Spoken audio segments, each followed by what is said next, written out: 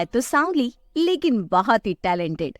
लेकिन कहते हैं ना, शादी के लिए तो लंबी और गोरी होनी चाहिए। शिल्पा, ये रिश्ता भी हाथ से गया। अरे कितनी बार कहा वो गोरी होने वाली क्रीम लगाया कर, लेकिन नहीं, किताब से सर खपाने से फुर्सत मिले तब ना। तू ही क्यों नहीं इसके लिए उपटन तैयार कर देती? शर्मा जी की बेटी का कम रेट में कितना अच्छा रिश्ता हुआ है। इसकी तो उम्र के साथ ही लड़के वालों की डिमांड भी बढ़ी जा रही है। शिल्पा को ये बातें अब बुरी नहीं लगती थी। लगे भी क्यों, बचपन से सुन जो रही थी वो ये सब कुछ। उसके लिए ये तो मात्र एक कान से सुनना और दूसरी कान से निकाल देने वाली बात थी। फिर एक रोज, पापा मेरी नौकरी लग गई है। वाह, अच्छा, कहाँ बेटा? न्यूज़ चैनल में पापा, खबरों को लिखना होगा। हाँ, वैसे भी तेरे जैसी सांवली शक्ल की लड़की को कौन पर्दे पर आने देगा, क्यों? चल, 4 पैसे कमाने लायक हुई है तो लड़के वालों को बोल देंगे कि कमाती भी है, फिर शायद कोई कर ले शादी। हाँ, सही कह रहे हैं। वैसे बेटा, कल शाम को एक लड़का और आने वाला है, उसे भी देख लेना। शिल्पा को इस बार गुस्सा आ जाता है। अच्छे न्यूज़ चैनल में नौकरी लगने की खुशी भी माँ पापा के चेहरे पर नहीं दिखती। अगले रोज ऑफिस से शिल्पा घर आती है तो सामने बैठा होता है हिमांशु।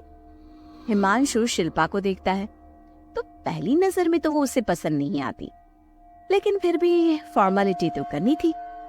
हाँ, ओके, तो क्या शौक है तुम्हारे और खाने में क्या क्या बना लेती हो? मुझे पढ़ने लिखने का शौक है, खाना बनाना नहीं आता, बिल्कुल भी नहीं आता। पर फिर भी क्योंकि ये रिवाज है कि बहू को खाना बनाना होता है तो थोड़ा बहुत बना लूंगी, लेकिन उतना ही वक्त किचन को दे पाऊंगी जितने में मेरा काम, मेरी नौकरी सफर ना हो।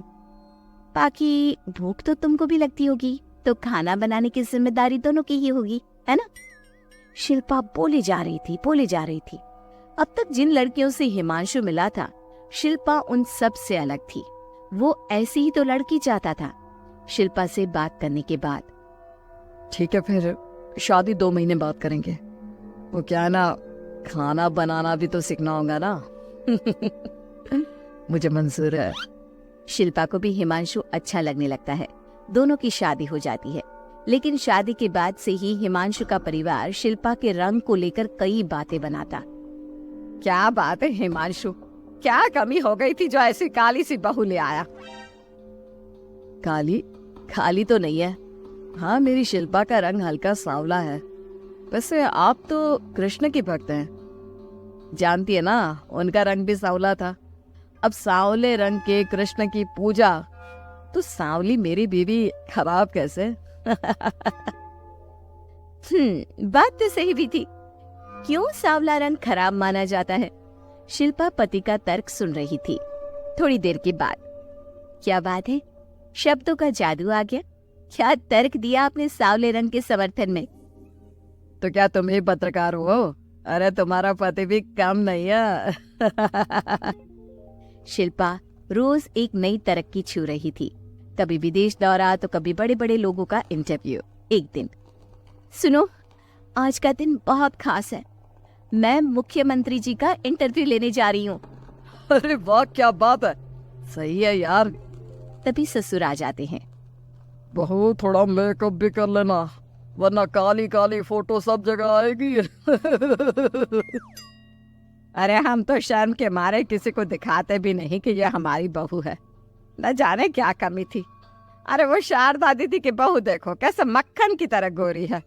और नताशा, वो तो ऐसे लगता है जैसे भगवान ने दिल खोल कर रंग दिया है उसको।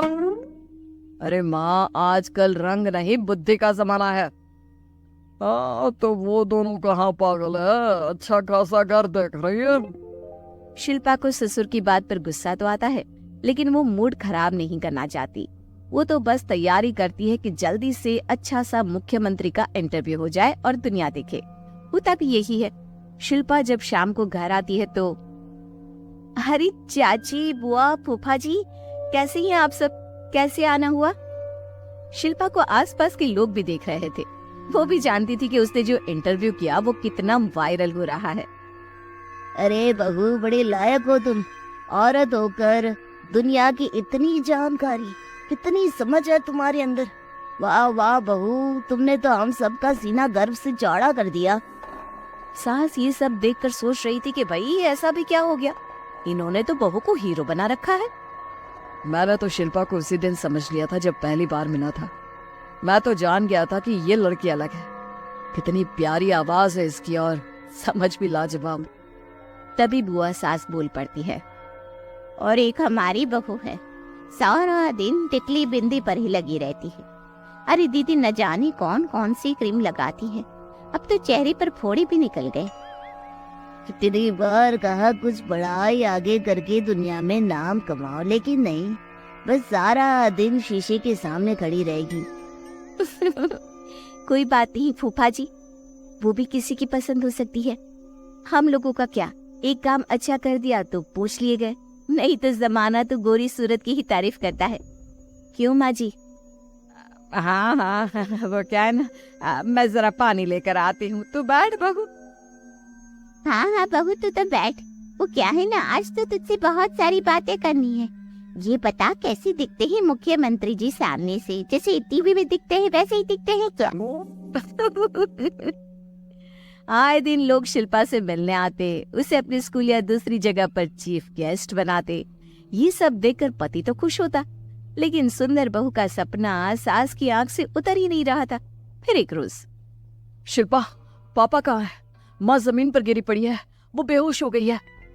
शिल्पा की सास को गंभीर बीमारी हो जाती है और फिर आप लोग अपनी माँ की किसी बात को मना ना करना, उनका दिल कमजोर हो चुका है।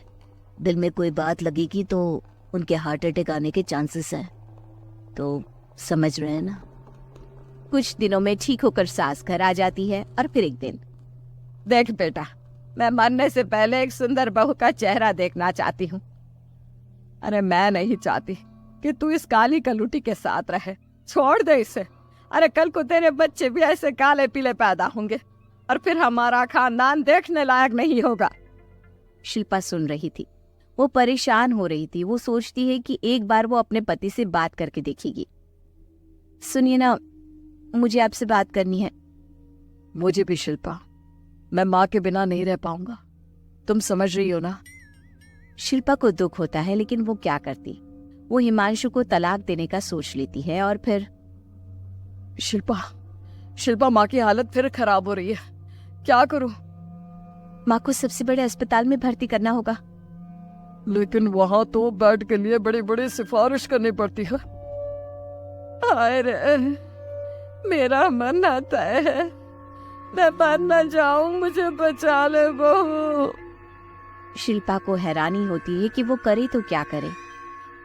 पर माँ जी, मैं कैसे?